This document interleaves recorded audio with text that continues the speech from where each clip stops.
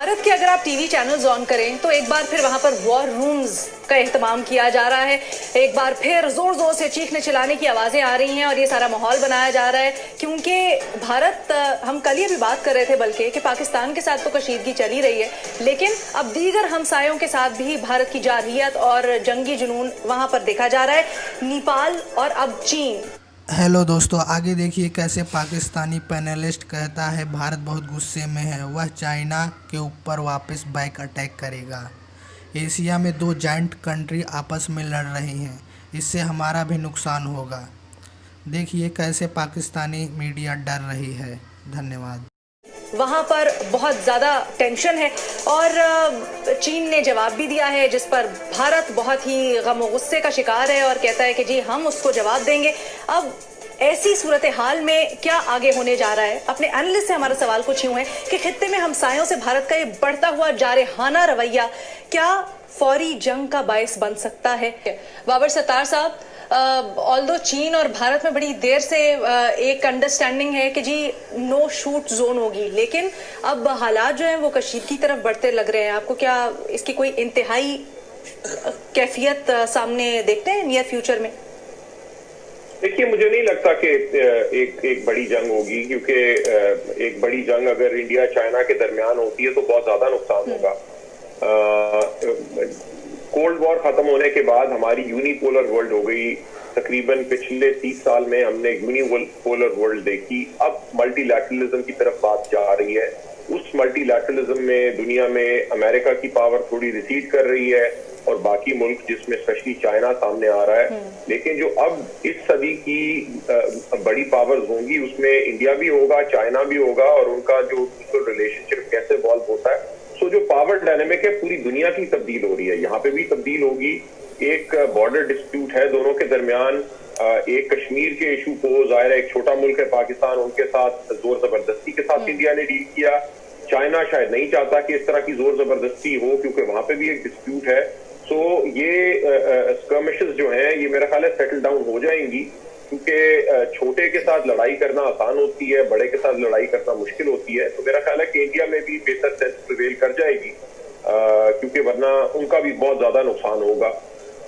Immediate term में तो शायद हमें थोड़ा सा फायदा हो कि टेंशन इनकी अगर चाइना के साथ इंडिया की रहती है तो उनकी तवज्जो शायद पाकिस्तान की तरफ से हट जाए।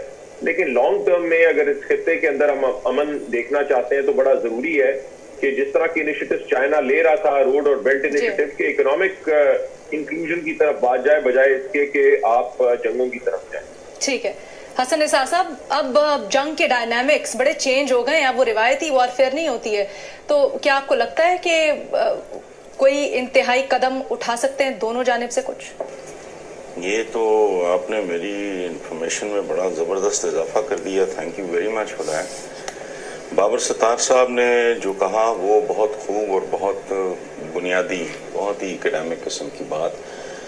तो मेरा ज़ाती ख्याल ये है कि हिंदुस्तान अपने मुंह से बड़े निवाले के बारे में एक हद से आगे नहीं जाएगा, बस। ठीक है मुनीब, आपको क्या लगता है? बरखा दत्त साहिबा ने आज ट्वीट किया और वो कहती हैं कि जी जो हम चाइना को अंडर एस्टिमेट कर रहे थे या उनसे जो नो शूट स्टैंड ऑफ था हमारा, अब उसको खत्म हो जाना चाहिए। देखिए, यहाँ जो अभी जिस तरह बाबर साहब ने फरमाया है, मकी साहब ने भी, मजहर साहब ने भी मेरे ख्याल में बड़ी अच्छी रीजनिंग दी है। तो इसके अंदर क्या ऐड किया जा सकता है सिवाय इस एक जुमले के, जो आपको याद होगा एक हॉलीवुड की फिल्म थी बड़ी मशहूर वैन डैम की, हार्ड टारगेट आई सपोज। उसमें कहा कि उसका जो लोगो जो था, लाइन थी कि don't hunt what you can't kill. तो फिर चाइना के लिए मेरे ख्याल में इंडिया के लिए सबक है। It's a bit. ठीक है मजहर अब्बास साहब, देखिए जब नरेंद्र मोदी कुछ कहने लगता है तो मुझे लगता है जैसे डोनाल्ड ट्रंप कह रहे हैं, और डोनाल्ड ट्रंप जब कहने लगते हैं तो मुझे लगता है मोदी कह रहे हैं। और ये इस दिहाई का सबसे बड़ा अलमिया है कि दो बड़ी डेमोक्रेसीज में इस तरह के लीडर्स जो हैं वो अपनी जो है ममालिक के सदर और वज़ीर आज़म हैं। देखिए इंडिया बहुत, और ख़ासतौर पे बीजेपी की पॉलिटिक्स बहुत ही कैलकुलेटेड है। वो टेंशन बिल्ड करते हैं वो अटेंशन डाइवर्ट करते हैं, वो अपने लोगों को एक तरफ से उसी वॉर हिस्टीरिया में रखना चाहते हैं, उसी इंतहा पसंदी की सोच को आगे बढ़ाना चाहते हैं, और इंतहा पसंदी की सोच कुछ इंतहा पसंदाना इक़दामात से ही आगे बढ़ती है। वो एक नेगेटिव पॉलिटिक्स पे बिलीव करते हैं, वो नफ़रत की सियासत पर बिलीव करते हैं। वो समझते हैं कि इस तरह की सियासत करने से लोगों के जो अपने मसाइल हैं, और जाहिर है एक ख़ास सिचुएशन जब आप डेवलप करते हैं तो कौम, वो समझते हैं कि कौम यूनाइट हो जाती है, लेकिन इसके फॉल आउट्स बड़े बुरे हैं। इसके फॉल आउट में सबसे ज़्यादा मुतासर खुद इंडिया हो रहा है, खुद इंडियन सोसाइटी हो रही है। और इस वक्त की इंडियन सोसाइटी, अगर आप आज से 10, 15, 20 साल पुरानी इंडियन सोसाइटी को देखें तो बिल्कुल कंप्लीटली मुख्तलिफ माहौल पैदा हो गया है। ऐसे आप मीडिया की आपने बात की, एक ज़माने में इंडियन न्यूज़पेपर्स जो होते थे उसमें जो कॉलम्स छपते थे, जो उसके राइटर्स होते थे, आज कोई भी मुश्किल से आपको एक आध कोई सेन वॉइस इंडियन टेलीविज़न पे नज़र आएगी। ये इंडियन सोसाइटी में जो ट्रांसफॉर्मेशन नज़र आ रही है हमें, इसका नुकसान सिर्फ इंडिया को हो रहा है, इसकी तबाही खुद इंडिया। भारत के अगर आप टीवी चैनल्स ऑन करें तो एक बार फिर वहां पर वॉर रूम्स का एहतमाम किया जा रहा है, एक बार फिर जोर जोर से चीखने चिल्लाने की आवाजें आ रही हैं और ये सारा माहौल बनाया जा रहा है, क्योंकि भारत, हम कल ही अभी बात कर रहे थे बल्कि कि पाकिस्तान के साथ तो कशीदगी चली रही है, लेकिन अब दीगर हमसायों के साथ भी भारत की जारहियत और जंगी जुनून वहां पर देखा जा रहा है। नेपाल और अब चीन, वहां पर बहुत ज्यादा टेंशन है और चीन ने जवाब भी दिया है, जिस पर भारत बहुत ही गम और गुस्से का शिकार है और कहता है कि जी हम उसको जवाब देंगे। अब ऐसी सूरत हाल में क्या आगे होने जा रहा है? अपने एनालिस्ट से हमारा सवाल कुछ यूं है कि खित्ते में हमसायों से भारत का ये बढ़ता हुआ जारहाना रवैया क्या फौरी जंग का बायस बन सकता है? बाबर सत्तार साहब, ऑल्दो चीन और भारत में बड़ी देर से एक अंडरस्टैंडिंग है कि जी नो शूट जोन होगी, लेकिन अब हालात जो हैं वो कशीदगी की तरफ बढ़ते लग रहे हैं। आपको क्या इसकी कोई इंतहाई कैफियत सामने देखते हैं नियर फ्यूचर में?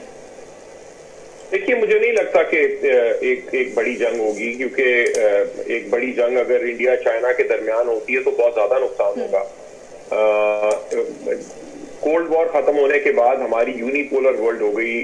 तकरीबन पिछले 30 साल में हमने यूनिपोलर वर्ल्ड देखी। अब मल्टीलैटरलिज्म की तरफ बात जा रही है। उस मल्टीलैटरलिज्म में दुनिया में अमेरिका की पावर थोड़ी रिसीड कर रही है और बाकी मुल्क, जिसमें स्पेशली चाइना सामने आ रहा है। लेकिन जो अब इस सदी की बड़ी पावर्स होंगी उसमें इंडिया भी होगा, चाइना भी होगा, और उनका जो रिलेशनशिप कैसे इवॉल्व होता है। सो जो पावर डायनेमिक है पूरी दुनिया की तब्दील हो रही है, यहाँ पे भी तब्दील होगी। एक बॉर्डर डिस्प्यूट है दोनों के दरमियान। एक कश्मीर के इशू को, जाहिर है एक छोटा मुल्क है पाकिस्तान, उनके साथ जोर जबरदस्ती के साथ इंडिया ने डील किया। चाइना शायद नहीं चाहता कि इस तरह की जोर जबरदस्ती हो, क्योंकि वहां पे भी एक डिस्प्यूट है। सो ये स्कर्मिशेस जो हैं ये मेरा ख्याल है सेटल डाउन हो जाएंगी, क्योंकि छोटे के साथ लड़ाई करना आसान होती है, बड़े के साथ लड़ाई करना मुश्किल होती है। तो मेरा ख्याल है कि इंडिया में भी बेहतर सेंस प्रिवेल कर जाएगी, क्योंकि वरना उनका भी बहुत ज्यादा नुकसान होगा। इमीडिएट टर्म में तो शायद हमें थोड़ा सा फायदा हो कि टेंशन इनकी अगर चाइना के साथ इंडिया की रहती है तो उनकी तवज्जो शायद पाकिस्तान की तरफ से हट जाए। लेकिन लॉन्ग टर्म में अगर इस खित्ते के अंदर हम अमन देखना चाहते हैं तो बड़ा जरूरी है कि जिस तरह के इनिशिएटिव चाइना ले रहा था, रोड और बेल्ट इनिशिएटिव के, इकोनॉमिक इंक्लूजन की तरफ बात जाए, बजाय इसके कि आप जंगों की तरफ जाए। ठीक है हसन निसार साहब, अब जंग के डायनामिक्स बड़े चेंज हो गए हैं, अब वो रिवायती वॉरफेयर नहीं होती है, तो क्या आपको लगता है कि कोई इंतहाई कदम उठा सकते हैं दोनों जानिब से? कुछ ये तो आपने मेरी इंफॉर्मेशन में बड़ा ज़बरदस्त इजाफा कर दिया, thank you very much for that. Babar Sattar Sahab ने जो कहा वो बहुत खूब और बहुत बुनियादी, बहुत ही एकेडमिक किस्म की बात। तो मेरा ज़ाती ख्याल ये है कि हिंदुस्तान अपने मुंह से बड़े निवाले के बारे में एक हद से आगे नहीं जाएगा, बस। ठीक है मुनीब, आपको क्या लगता है? बरखा दत्त साहिबा ने आज ट्वीट किया और वो कहती हैं कि जी जो हम चाइना को अंडर एस्टिमेट कर रहे थे या उनसे जो नो शूट स्टैंड ऑफ था हमारा, अब उसको खत्म हो जाना चाहिए। देखिए, यहाँ जो अभी जिस तरह बाबर साहब ने फरमाया है, भट्टी साहब ने भी, मजहर साहब ने भी, मेरे ख्याल में बड़ी अच्छी रीजनिंग दी है। तो इसके अंदर क्या ऐड किया जा सकता है सिवाय इस एक जुमले के, जो आपको याद होगा एक हॉलीवुड की फिल्म थी बड़ी मशहूर वैन डैम की, हार्ड टारगेट आई सपोज, उसमें कहा उसका जो लोगो जो था लाइन थी कि don't hunt what you can't kill. तो फिर चाइना के लिए मेरे ख्याल में इंडिया के लिए सबक है। इट्स अ बिट ठीक है। मजहर अब्बास साहब, देखिए जब नरेंद्र मोदी कुछ कहने लगता है तो मुझे लगता है जैसे डोनाल्ड ट्रम्प कह रहे हैं, और डोनाल्ड ट्रम्प जब कहने लगते हैं तो मुझे लगता है मोदी कह रहे हैं।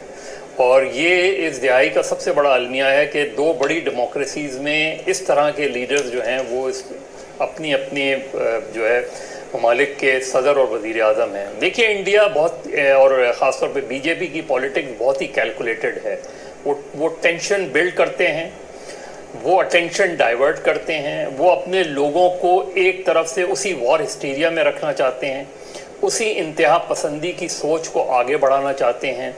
और इंतहा पसंदी की सोच कुछ इंतहा पसंदाना इक़दामात से ही आगे बढ़ती है। वो एक नेगेटिव पॉलिटिक्स पे बिलीव करते हैं, वो नफ़रत की सियासत पर बिलीव करते हैं। वो समझते हैं कि इस तरह की सियासत करने से लोगों के जो अपने मसाइल हैं, और ज़ाहिर है एक ख़ास सिचुएशन जब आप डेवलप करते हैं तो कौम, वो समझते हैं कि कौम यूनाइट हो जाती है। लेकिन इसके फॉल आउट्स बड़े बुरे हैं। इसके फॉल आउट में सबसे ज़्यादा मुतासर खुद इंडिया हो रहा है, खुद इंडियन सोसाइटी हो रही है। और इस वक्त की इंडियन सोसाइटी, अगर आप आज से 10, 15, 20 साल पुरानी इंडियन सोसाइटी को देखें तो बिल्कुल कंप्लीटली मुख्तलिफ माहौल पैदा हो गया है। ऐसे आप मीडिया की आपने बात की, एक ज़माने में इंडियन न्यूज़पेपर्स जो होते थे उसमें जो कॉलम्स छपते थे, जो उसके राइटर्स होते थे, आज कोई भी मुश्किल से आपको एक आध कोई सेन वॉइस इंडियन टेलीविज़न पे नज़र आएगी। ये इंडियन सोसाइटी में जो ट्रांसफॉर्मेशन नज़र आ रही है हमें, इसका नुकसान सिर्फ इंडिया को हो रहा है, इसकी तबाही खुद इंडिया